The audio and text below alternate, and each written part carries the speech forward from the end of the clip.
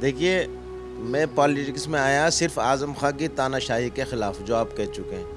तो उसमें सबसे पहले इन्होंने वाल्मीकि बस्ती को तोड़ने का प्रोग्राम बना लिया, बुलडोज़र वहाँ पर खड़े कर दिए, वहाँ पर धरना प्रदर्शन शुरू हो गया विदाउट एनी अल्टरनेट अरेंजमेंट। लेकिन अपनी विम पे, तानाशाही पे, अपने रोब-दाब पे उन्होंने कहा कि मैं पहले बस्ती तोड़ूँगा, बाद में इंतज़ाम करूँगा। थाने भी पहुँच गए, प्रशासन में भी पहुँच गए, उसके बाद कोई गौर नहीं हुआ। आज़म खां के सामने कोई बोलता नहीं था, उनकी प्लानिंग के सामने कोई आगे नहीं आता था कोई। तो ये लड़ाई तो हमारी काफ़ी अरसे से चल रही है आज़म खां के ख़िलाफ़, उनकी तानाशाही के ख़िलाफ़। देखिए, आज़म खां गरीबों का नेता नहीं है, ना ही वो मुसलमानों के नेता हैं। बहुत बड़ी ज़मीन पे तकरीबन 600 एकड़ की ज़मीन उन्होंने कब्ज़ाई।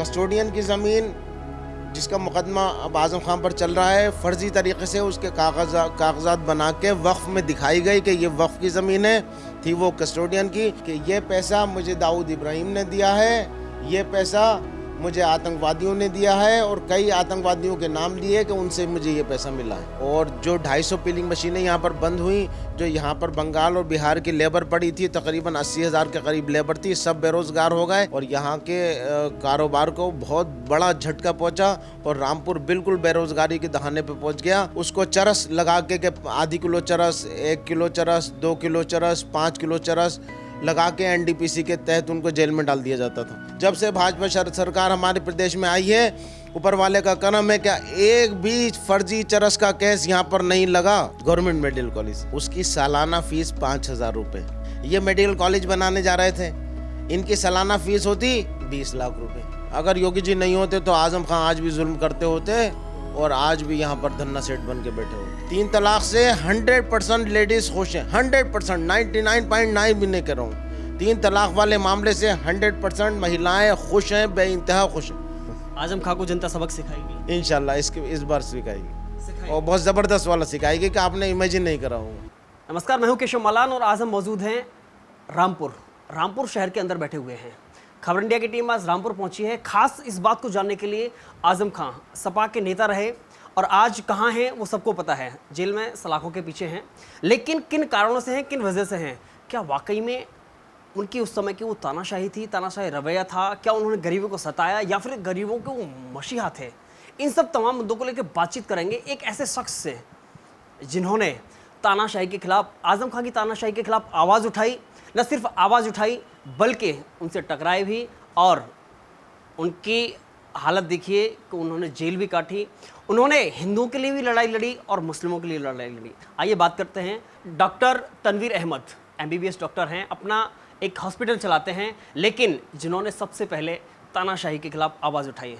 रामपुर में एक अच्छा खासा हॉस्पिटल चलाते हैं, लोगों की सेवा करते हैं, लोगों को सेवा देते हैं, समय देते हैं, लेकिन अचानक से राजनीति की तरफ जाना और फिर कहा जाता है जो तानाशाही आज़म खां की जो यहाँ चलती थी उसके खिलाफ में आवाज़ बुलंद करना, वो कैसे अचानक से माइंड में आता है एक डॉक्टर के नाते? देखिए, मैं पॉलिटिक्स में आया सिर्फ आज़म खां की तानाशाही के ख़िलाफ़, जो आप कह चुके हैं। आज़म खां की तानाशाही के ख़िलाफ़ मैं पॉलिटिक्स में आया। हम लोग 26 साल से प्रैक्टिस कर रहे हैं, लेकिन अचानक जो इनकी तानाशाही नगर विकास मंत्री बनने के बाद शुरू हुई, तो उसमें सबसे पहले इन्होंने वाल्मीकि बस्ती को तोड़ने का प्रोग्राम बना लिया, बुलडोज़र वहाँ पर खड़े कर दिए, वहाँ पर धरना प्रदर्शन शुरू हो गया विदाउट एनी अल्टरनेट अरेंजमेंट। या तो आप अगर तोड़ना था या विकास के लिए बात कर रहे थे, आपको सड़क चौड़ी करना थी, तो आप पूरी बस्ती के लिए, वाल्मीकि लोगों के लिए, जो गरीब लोग हैं उनके लिए अल्टरनेट इंतज़ाम करते, कहीं उनको बिल्डिंग या कॉलोनी बना के देते, फिर उनको शिफ्ट कराते, फिर वो जगह तो तोड़ते, तो बात समझ में आ रही थी। लेकिन अपनी विम पे, तानाशाही पे, अपने रोब-दाब पे उन्होंने कहा कि मैं पहले बस्ती तोड़ूंगा, बाद में इंतज़ाम करूंगा। तो उसके ख़िलाफ़ हम लोग धरना प्रदर्शन पे वहाँ पर बैठे, वहाँ से मैं गिरफ़्तार हुआ, जेल गया, 3 दिन जेल में रहा। फिर उसके बाद यहाँ पर उन्होंने जो हिस्टोरिकल महत्व की, ऐतिहासिक महत्व की जो यहाँ पे गेट्स बने हुए थे, उसमें नवाब गेट पे उन्होंने बुलडोज़र चलाए, वहाँ पर हमने धरना प्रदर्शन करा, वहाँ से हम गिरफ़्तार हुए, जेल गए। उसके बाद जो है यहाँ पर इन्होंने कब्रिस्तान जो वक्फ़ था उसको अपने नाम अलाट करा लिया, यूनिवर्सिटी के नाम अलाट करा लिया। उस वक्त तकरीबन 3,000 स्क्वायर यार्ड की जगह थी शहर के सेंटर में, रोड के बिल्कुल बगल में। नवाब मोहम्मद अली वक्फ़ के नाम से वो जगह मशहूर थी। वक्फ़ में इंदराज था उसका, नवाब मोहम्मद अली ख़ान के नाम से। उसको इन्होंने अपने वक्फ की संपत्ति इन्होंने अपने यूनिवर्सिटी के नाम अलाट करा ली और उस पर 3 मंजिला शॉपिंग कॉम्प्लेक्स बनाने जा रहे थे। उसकी मिट्टी उठाई गई, उसको साफ़ करा गया, पूरे प्लाट पर कब्ज़ा किया गया, कब्रें तोड़ी गई। वहाँ पर फिर हमने एक बार जब मिट्टी उठना शुरू हुई तो एक बार हमने FIR करी कंसर्न थाने में, उस पर कोई गौर नहीं हुई। फिर हमने SDM साहब के DM साहब के पास जाके एक ज्ञापन दिया कि ये मिट्टी उठ रही है, इसको रोका जाए, फिर उस पर कोई गौर नहीं हुई। तो जब हम थाने भी पहुंच गए, प्रशासन में भी पहुंच गए, उसके बाद कोई गौर नहीं हुआ। आज़म खां के सामने कोई बोलता नहीं था, उनकी प्लानिंग के सामने कोई आगे नहीं आता था, कोई ऑफिसर इनिशिएटिव नहीं लेने को तैयार होता था। तो फिर हमने धरना प्रदर्शन करा, वहाँ पर सड़क जाम करी और उसको JCB वालों को भगाया। जो शहर के सेंटर में कब्रस्तान है, रोड के किनारे किनारे 3000 गज का प्लाट है, उस पर ये सुपर मार्केट बनाने जा रहे थे, उसका हमने विरोध किया। 15 दिन जेल में उन्होंने हमें रखा और हम दोनों भाइयों को गिरफ्तार कर। डॉक्टर महमूद, उनका पॉलिटिक्स से, राजनीति से कोई कंसर्न नहीं है, लेकिन लाठी चार्ज करके डॉक्टर महमूद को उठाया। फिर मैं थाने गया, मैं वहाँ पे गिरफ्तारी दी, फिर हम लोग 15 दिन जेल रह कर आए। तो ये लड़ाई तो हमारी काफ़ी अरसे से चल रही है आज़म खां के ख़िलाफ़, उनकी तानाशाही के ख़िलाफ़।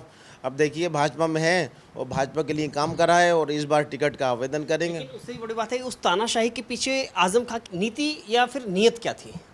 देखिए, आज़म खां गरीबों का नेता नहीं, ना ही वो मुसलमानों के नेता हैं, वो सिर्फ अपने नेता हैं, अपने परिवार के नेता हैं।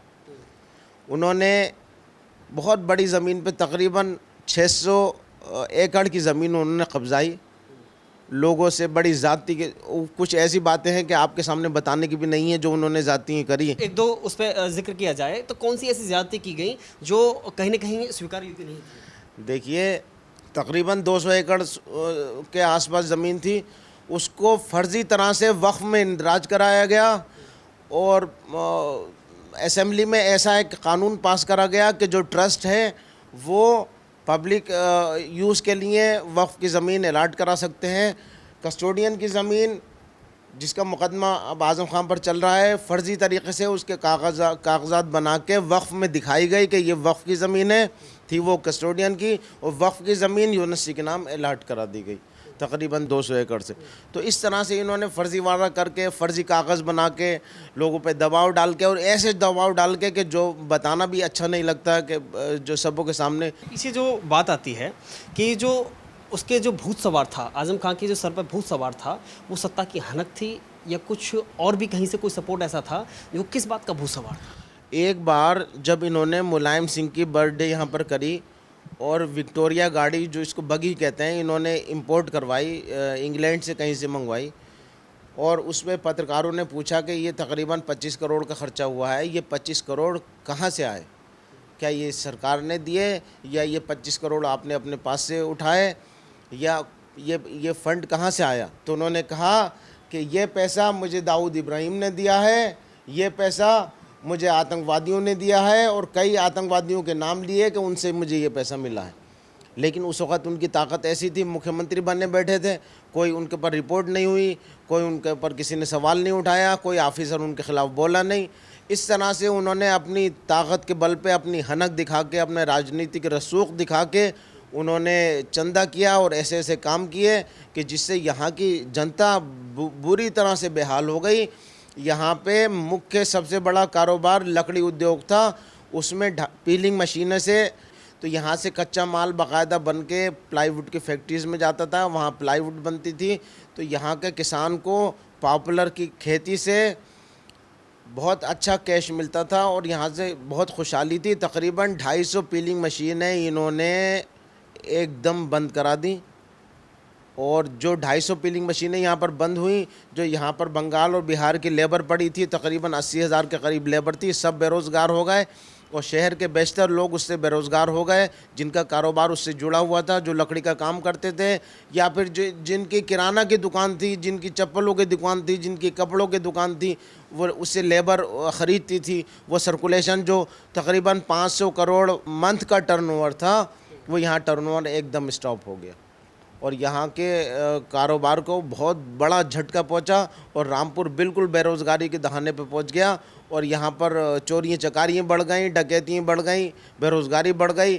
फिर जिसने आवाज़ उठाई इनके ख़िलाफ़, इन्होंने एक तरीक़ा दूसरा निकाला इनके जो सीओ सिटी थे चाहे थे, उन्होंने जो इनके खिलाफ आवाज़ उठाता था उसको चरस लगा के आधी किलो चरस, 1 किलो चरस, 2 किलो चरस, 5 किलो चरस लगा के एनडीपीसी के तहत उनको जेल में डाल दिया जाता था। पूरी जेल इन्होंने एनडीपीसी से भर दी और ऑफिशियल रिकॉर्ड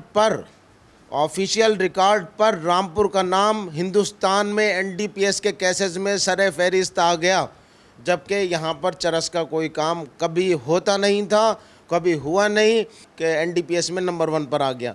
जब से भाजपा सरकार हमारे प्रदेश में आई है, ऊपर वाले का करम है क्या एक भी फर्जी चरस का केस यहाँ पर नहीं लगा। अगर सपा सरकार में चरस के केसेस लगते थे तो 5-5 किलो चरस पकड़ी जाती थी, फर्जी तरह से दिखाई जाती थी। अगर उसमें सच्चाई होती तो भाजपा सरकार में भी कुछ ना कुछ केसेस उसके आते। लेकिन उसके बाद में अगर आजम खान ये कहते हैं या फिर सपा के नेता ये कहते हैं कि उन्होंने यूनिवर्सिटी की स्थापना की समाज के लिए, समाज को सुधारने के लिए, तो ये क्या है फिर? देखिए, मेरी बेटी ने गवर्नमेंट मेडिकल कॉलेज से एमबीबीएस किया, उसकी सालाना फ़ीस 5,000 रुपये गवर्नमेंट मेडिकल कॉलेज। ये मेडिकल कॉलेज बनाने जा रहे थे, इनकी सालाना फ़ीस होती 20 लाख रुपए। इसी तरह से इन्होंने तमाम जो डिग्रियां दी, जैसे इंजीनियरिंग की डिग्री लगा लीजिए, वो जो इन्होंने दी, हालांकि ये रिकॉग्नाइज नहीं है डिग्री देने के लिए, किसी और यूनिवर्सिटी से ये एफिलिएटेड है, उसकी डिग्री दी जाती है। अभी जो बात आती है, क्या आपको लगता है कि योगी सरकार नहीं होती तो शायद आजम खां को सही जगह नहीं पहुंचाया जाता? बिल्कुल, ये तो तय है। अगर योगी जी नहीं होते तो आजम खां आज भी जुल्म करते होते और आज भी यहाँ पर धन्ना सेठ बन के बैठे होते। लेकिन रामपुर की जनता क्या फिर से सपा का साथ देगी? उस सपा का जो सपा उनको निर्दोष बता करके धरना देती है और उनको रिहा करने की मांग करती है? देखिए, आप रामपुर में जाइए और रामपुर के चौराहों पर जाइए और उस जगह जाइए जहाँ पे सपा का वर्चस्व नहीं। कुछ ऐसे चौराहे होते हैं जहाँ पे सपा का वर्चस्व है, जैसे अब आप चाकू मार्केट बताया आपने। चाकू मार्केट तो उन्होंने बना के जो है दिए लोगों को, अपने लोगों को दिए, तो चाकू मार्केट तो सपा का सेंटर है प्रोपेगेंडा का। तो ऐसी जगहों पर जाइए जहाँ पे न्यूट्रल जगह हो, जहाँ पर उनका वर्चस्व नहीं हो, वहाँ पे आप लोगों से राय लीजिए, तो आपके सवाल का जवाब वो लोग देंगे, मुझे देने की ज़रूरत नहीं। आखिरी सवाल, क्या मुस्लिमों के लिए हितैषी कौन है? ओवैसी है, योगी हैं या अखिलेश यादव है? कि ये 4 पार्टियाँ, बहुजन समाज पार्टी है, समाजवादी पार्टी, कांग्रेस पार्टी और all India MIM party Owaisi साहब की, ये अगर मुसलमानों की सच्ची हितैषी हैं तो ये जाएं पाकिस्तान में चुनाव लड़ें, वहाँ पे अपनी पार्टी बनाएं, तब ये साबित कर पाएँ तब ये देख लेंगे अपना हशर कि क्या होता है। अगर ये मुसलमानों की अब जो ये प्रोजेक्ट करती हैं कि हम मुसलमानों की हितैषी हैं, हम मुसलमानों के हकूक़ के लिए लड़ते हैं, इन्होंने हाथ में क्या दिया? रिक्शा के अलावा कुछ दिया? कभी मुसलमानों के एजुकेशन के बारे में सोचा? कभी 3 तलाक वाले मसले पे औरतों के बारे में, महिलाओं के बारे में सोचा? जो योगी जी ने इतना बड़ा सहयोग दिया, जो मोदी जी ने इतना बड़ा सहयोग दिया, 3 तलाक से 100% लेडीज़ खुश हैं, 100%, 99.9 भी नहीं कर रहा हूँ। 3 तलाक वाले मामले से 100% महिलाएं खुश हैं, बेइंतहा खुश हैं। आज वो जो है उनका उत्पीड़न कम हो गया। आजम खां को जनता सबक सिखाएगी इंशाल्लाह, इस बार सिखाएगी और बहुत ज़बरदस्त वाला सिखाएगी कि आपने इमेजिन नहीं करा होगा।